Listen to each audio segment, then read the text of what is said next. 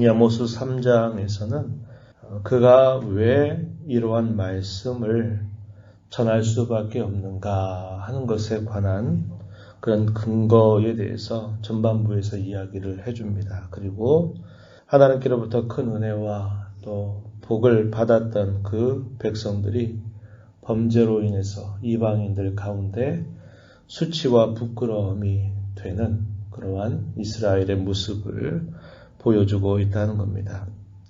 앞서서 우리가 살펴본 것처럼 이 아모스라고 하는 사람은 목자 혹은 농부 출신의 사람입니다. 더더군다나 그는 이스라엘의 하나님의 말씀을 전하지만 그의 출신은 이스라엘 태생이 아니고 유다 땅의 조용한 도시 드고아라고 하는 그 지역 출신의 사람입니다. 그래서 그가 하나님의 말씀을 받아서 유다가 아니라 이스라엘 백성들에게 말씀을 전하고 또 그 시대가 우리가 앞에 살펴봤던 것처럼 여로보암 제2세가 다스렸던 시대고 이스라엘 역사에 있어서 가장 중기를 맡고 있었던 그런 시대에 하나님의 말씀을 전하는 겁니다. 그들에게 있어서는 안녕과 평안이 보장이 됐고 또 물질적인 번영이 또 그들에게 있었던 상황인데 그 백성들을 향해서 그들이 하나님을 멀리하고 있다.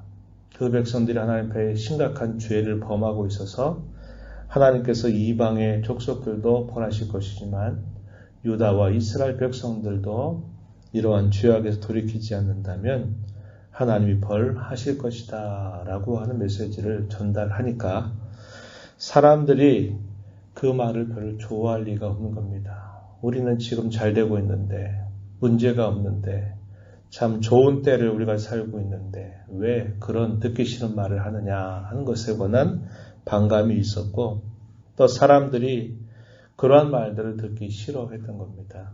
우리가 어제 읽었던 2장 12절 말씀에 이스라엘 백성들의 죄악에 대하여 언급했던 말씀을 우리가 떠올려 볼 수 있어요. 2장 12절에 그러나 너희가 나실 사람으로 포도주를 마시게 했다. 또 선지자에게 명령하여 예언하지 말라고 하였다. 하나님께서 그 백성들을 과거 애굽 종살이에서 건져내서 그 백성들로 하여금 광야를 통과하게 하시고 마침내 그 땅에 약속하신 대로 들이시고 그들에게 하나님의 말씀을 듣고 살 길을 끊임없이 말씀의 종들, 앞선 지도자를 통해서 그들에게 이끌어 주셨다는 것을 강조했습니다. 그러나 이스라엘의 그 긴 역사를 살펴볼 때마다 하나님의 앞서 세우신 종들에 대하여 그들이 반역하고 또 선지자들에 대해서는 그들의 말에 귀를 기울이지 않고 듣기 싫어했던 그들의 모습을 이야기한 바가 있습니다. 아모스라고 하는 선지자가 이스라엘 백성들 가운데 당시의 그 분위기와 상황에 반하는 이야기들을 전달했을 때 많은 사람들이 그의 말을 좋아할 리 없어요. 그렇게 되면 그를 공격하겠죠. 저 사람은 우리 이스라엘 태생도 아니고 저 유다 땅의 사람이고 그렇다고 해서 그 사람이 또 존귀한 신분을 가지고 있는 것도 아니고 아주 천민과 같이 일반적인 농부에 지나지 않는 저 사람이 하는 말을 누가 믿겠느냐 이런 반감이 생길만 했던 겁니다. 그래서 바로 그러한 일들 때문에 왜 그가 이러한 말씀을 선포할 수밖에 없는가 하는 것에 관한 이유를 설명합니다. 1절부터 8절 내용이 바로 그러한 내용들이죠. 먼저 1절 말씀에 보면 이렇게 말합니다. 이스라엘 자손들아 여호와께서 너희에 대하여 이르시는 이 말씀을 들으라. 말씀을 들으라. 아무리 듣기 싫다 해도 이 말씀을 하나님의 말씀으로 들어야 된다. 이렇게 이야기하면서 하나님께서 그 백성들을 어떠한 사람들로 여기셨는가 하는 특별한 관계를 지적해 줍니다. 2절 가서 보면은 내가 땅의 모든 족속 가운데 너희만을 여기서 말씀하신 나는 여호와 하나님이죠. 너희가 누굽니까? 이스라엘 백성들을 말합니다. 너희만을 알았다 이렇게 말합니다. 하나님께서 땅의 모든 족속들, 수많은 사람들 가운데 이스라엘 백성들을 그들만 알았다. 이 말은 하나님께서 특별하게 그들을 택하셨다는 것을 말합니다. 그리고 택하시고 그들과 특별한 관계, 소위 언약의 관계를 맺으셨다고 하는 것을 이야기합니다. 하나님께서 돌보셨고 하나님께서 그 백성들을 언제나 위하셨던 그런 특별한 관계를 베풀어 주셨는데 그들이 하나님 앞에 그 특별한 관계를 맺었음에도 불구하고 하나님을 향해서 반역하는 죄가 대단히 컸다는 것을 말합니다. 그래서 그러한 모든 죄에 대하여 하나님께서 벌하실 것이다. 보응하실 것이다. 라고 말씀하셨다. 이 사실을 이야기하는 겁니다. 특별한 관계에 요구되는 특별한 삶이 있었다는 겁니다. 너희는 열국 중에서 이방인 가운데서 제사장 나라가 되어야 할 것이다. 거룩한 백성이 되어야 할 것이다. 라는 사실을 강조했습니다. 그런데 그들이 살고 있는 모습은 그러한 하나님의 요구를 멸시했다는 것이죠. 그래서 그로 인하여 그들을 벌하시겠다고 하나님께서 말씀하셨다. 이 사실을 전달하고 있습니다. 그러면서 왜 그러한 말씀을 전할 수밖에 없는가 하는 것을 예증을 하는데요. 7가지 정도가 소개가 되고 있습니다. 3절로부터 6절까지 질문을 합니다. 근데 질문하는데 인과관계로 연결되어 있어요. 이렇게 하니 이렇게 될 수밖에 없지 않은가 이런 식의 패턴을 7가지를 이야기하고 있습니다. 3절에 보세요. 두 사람의 뜻이 같지 않은데 어찌 동행하겠느냐. 뜻이 같기 때문에 동행한다. 이렇게 말하죠. 4절 가서 보면은 두 번째, 사자가 움킨 것이 없는데 어찌 수풀에서 부루 짓겠느냐. 움킨 것이 있으니까 수풀에서 부루 짓는다는 겁니다. 또 세 번째, 젊은 사자가 잡은 것이 없는데 어찌 굴에서 소리를 내겠느냐. 또 그렇게 말합니다. 5절에 덫을 땅에 놓지 않았는데 어찌 새가 거기 치이겠느냐 말하죠. 잡힌 것이 없는데 덫이 어찌 땅에서 튀겠느냐. 분명한 이유가 있기 때문에 그 이유에 대한 결과가 있는 것이다. 이렇게 이야기를 계속 질문을 던지면서 이야기합니다. 6절 가서 보면 성읍에서 나팔이 울리는데 백성이 어찌 두려워하지 않겠느냐. 여호와의 행하심이 없는데 재앙이 어찌 성읍에 임하겠느냐. 왜 하나님께서 그 백성들을 보응하신다고 말씀하시느냐. 분명히 보응받을 만한 분명한 이유가 있기 때문이다 라는 겁니다. 8절 가서 보면은 이렇게 말하죠. 하반절에 주 여호와께서 말씀하신 즉 누가 예언하지 아니하겠느냐. 아모스 선지자의 출신을 가지고 또 그가 그 시대의 분위기에 맞지 않는 여러 메시지들을 전달하는 것에 대해서 아무리 반대한다 할지라도 여호와께서 자신에게 말씀하셨기 때문에 내가 예언하는 것이다 라고 말하는 겁니다. 그래서 아모스의 이 예언 사역을 반대하는 일들에 대해서 왜 그가 이런 예언을 할 수밖에 없는가 하는 이유를 이야기하고 하나님께서 왜 그 백성들을 보응하신다고 말씀하시는지에 대한 그 이유도 분명하다라는 사실을 이야기해 주게 됩니다. 그리고서 9절로부터 마지막 절의 내용에서는 이 이스라엘 백성들이 하나님께로부터 받은 그 많은 은혜와 또 영예와 또 영광스러움이 있음에도 불구하고 그들이 그런 모든 것들을 수치와 부끄러움으로 바꾸어 버렸기 때문에 이방인들이 그것을 다 보게 될 것이다 라는 사실을 이야기해 줍니다. 9절 말씀 한번 보세요. 아스돗의 궁궐들 애굽 땅의 궁궐들에 선포하여 이르기를. 아스돗 블레셋 나라의 수도입니다. 이방 백성들이죠. 대적 나라 백성들이라고 볼 수도 있습니다. 그들을 불러들이는 겁니다. 그들을 불러들여서 보라는 거예요. 무엇을 보라고 말합니까? 너희는 사마리아 산들에 모여. 이 사마리아 당시 북이스라엘 나라의 수도입니다. 사마리아 산들에 모여 그 성중에서 얼마나 큰 요란함과 학대함이 있나 그것을 지켜보라. 이렇게 말하는 겁니다. 여기서 말하는 이 요란함과 이 학대라고 하는 것은 뭘 말할까요? 힘이 센 권세자들, 힘이 센 권세자들이 힘이 없는 일반 백성들을 포악하게 다루고 그러면서 온 나라가 어지럽고 정신이 없는 그런 상태, 혼란 상태, 그것을 요란함과 학대함이라 이렇게 표현을 해주고 있다는 겁니다.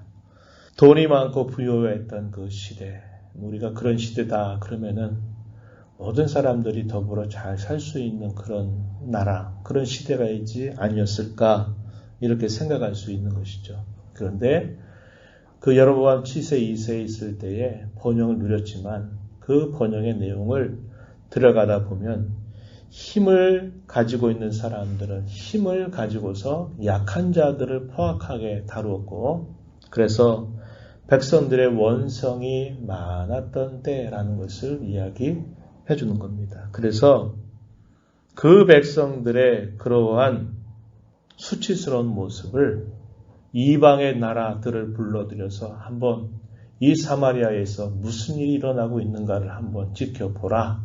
이렇게 이야기하는 겁니다. 그들의 영광이 땅에 떨어져 있는 처절한 상태, 이것을 보여주고 있는 말이 되는 겁니다. 우리는 이 말씀을 보면서 오늘날 우리 한국 사회를 생각할 수 있는 겁니다. 기독교 135년의 역사를 자랑하고 세계 유례 없는 그런 성장을 이룬 그런 놀라운 은혜를 받고 이 대한민국의 수많은 곳곳마다 예배당이 다 세워졌습니다. 그런데 근래에 한 10여 년, 한 20여 년 가까운 시간 동안 우리 한국의 기독교인들이 믿지 않는 사람들의 입방아에 얼마나 많이 오르내리고 있는지 우리가 잘 알고 있다는 겁니다. 하나님을 섬긴다고 말하면서 위정자가 됐으면서도 불의와 부패와 부정축제를 했던 일들, 얼마나 수치스러운 일입니까? 교회의 목회자라고 하는 사람들이 성추행 문제에 드러난 일들, 이로 다 담을 수 없는 그런 부끄러운 일들이 우리 사회 가운데서 폭로되고 있다는 것을 우리가 보면 마치 이런 말씀의 내용이 아주 오래전 고대에 주어지는 말씀이 아니라 오늘 우리 한국 사회에도 여전히 주어지고 있는 또 우리가 목격할 수 있는 사실이 되고 말았다고 하는 겁니다. 하나님께서 왜 그렇게 하실까요? 하나님이 그 말씀의 종도를 통해서 그 시대를 분별하고 또 하나님의 말씀을 받아서 자신들이 가는 걸음들로부터 잘못됐을 때 돌아서라는 것을 끊임없이 말씀하는데 그 백성들이 그 말을 듣지 않고 또 종교 지도자들이나 앞선 또 정치 지도자들이 그러한 말씀들을 외면하고 그들의 마음이 폐역해지니까 하나님께서 이방의 백성들을 불러들여서 이 백성들이 얼마나 수치스러운 상태가 되었는가를 한번 봐라 이렇게 말씀하고 있다는 겁니다. 그래서 이방 나라, 블레셋 나라, 애굽 나라를 증인으로 세워서 그 백성들이 얼마나 지금 잘못된 일을 하고 있는가를 봐라 이렇게 말씀을 하시는 겁니다. 그래서 그 백성들을 향해서 심판을 선언하시는 말씀이 주어져요. 11절에 보니까 이렇게 말합니다. 이 땅 사면에 대적이 있어 내 힘을 쇠하게 하며 내 궁궐을 약탈할 것이다. 대적들이 들어와서 내가 지금 자랑하는 이 번영 또 큰 영토를 차지하고 있는 일들 이런 것들을 다 힘을 빼버릴 거라는 겁니다. 내 궁궐들을 다 약탈하는 일이 일어날 것이다 라고 이야기합니다. 14절에 가서 보면은 이스라엘의 모든 죄를 보응하는 날에 하나님께서 베델의 제단들을 다 벌할 것이다. 그 제단의 뿔들을 꺾어 땅에 떨어뜨릴 것이다. 거짓된 종교, 거짓된 신앙에 대하여 하나님이 보응하실 것에 관해 말씀하시고 15절에 보면 그들의 번영, 그들의 사치, 낭비 그것에 대하여 하나님께서 다 벌하실 것이다. 이렇게 얘기합니다. 겨울궁과 여름궁을 치르니 상하 궁들이 파괴되며 큰 궁들이 무너질 것이다. 이렇게 말씀을 하시는 겁니다. 그러나 하나님께서 그 백성들을 온전하게 망하지는 않게 하실 것이다. 하나님이 그런 진노 가운데서도 그 백성들에게 긍휼을 베푸실 것이다. 라는 말씀을 하십니다. 12절 말씀, 그 이야기입니다. 12절에 보면 목자가 사자 입에서 양의 2다리나 귀 조각을 건져냄과 같이 사마리아에서 침상 모서리에나 걸상의 방석에 앉은 이스라엘 자손도 건져냄을 입으리라. 이게 소위 남은 자라고 하는 이야기입니다. 남은 자 사상이라고 하는 이야기인데요. 우리가 이 말씀을 보면서 우리는 다시 한번 생각합니다. 하나님이 세상의 많은 사람들 가운데 저와 여러분을 특별히 아시고 계신다는 겁니다. 그분이 우리를 사랑하셨고 그분이 우리를 부르셨습니다. 그리고 지난 모든 세월 동안 하나님은 우리에게 끊임없는 구원의 은혜를 베풀어 주셨습니다. 그러한 하나님께서 우리에게 요구하는 특별한 삶이 있어요. 그게 뭡니까? 하나님의 말씀을 깊이 가슴에 새기는 삶이고 그 말씀을 따라 우리가 살아가는 삶 속에 정의와 공평을 이루어 가기를 하나님은 원하시고 계신다는 겁니다. 그러나 그러한 일들을 우리가 외면하게 된다면 하나님께서 벌하시는 일이 분명히 있게 될 것을 우리가 배우게 되는 것이죠. 개인적으로, 가정에, 교회에, 또 이 나라에 그러한 일이 있을 수 있다는 것을 우리가 주의하면서 하나님께서 베푸신 특별한 은혜를 우리가 마음에 깊이 새기면서 자원하는 마음을 갖고 또 기쁜 마음을 갖고 또 간절한 마음을 갖고 하나님이 요구하시는 삶을 힘써가는 저와 여러분 모두가 되기를 진심으로 바랍니다. 하나님 아버지 감사합니다.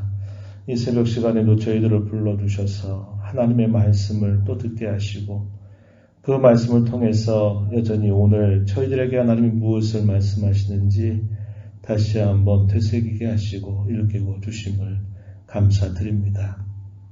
하나님께로부터 큰 은혜를 받아서 영광을 얻고 또 명예를 얻게 되었지만 하나님의 말씀을 외면하고 또 사유 가운데서 불의하고 하나님의 말씀을 멀리 떠나 살아가는 그 백성들이 얼마나 폐역한 상태가 되었는지 이방 나라의 백성들을 불러들여서 그들에게 수치와 부끄러움을 보게 할 것을 하나님의 말씀을 하시게 됩니다. 오늘 우리의 모습을 돌아보고 이 땅의 교회를 돌아보고 우리 대한민국을 돌아보면서 오늘 우리에게 주신 하나님의 음성이 무엇인가를 잘 깨닫고 저희들의 삶 속에 요구하시는 특별한 성도다운 삶, 거룩한 삶, 하나님을 가까이 하는 삶, 의와 공평을 실현해가는 삶을 저희 마음 가운데 깊이 새기면서 힘써 살아가도록 저희들을 붙잡아 주시옵소서. 은혜의 보좌 앞에 나와서 아버지의 은혜를 간절하게 구하는 모든 심령들을 용납하시고 간구의 귀를 기울여 주시옵소서. 기도 가운데 주의 음성을 듣고 즐겨 순종하는 저희 모두가 되게 하여 주옵소서. 예수님 이름으로 기도하옵나이다. 아멘.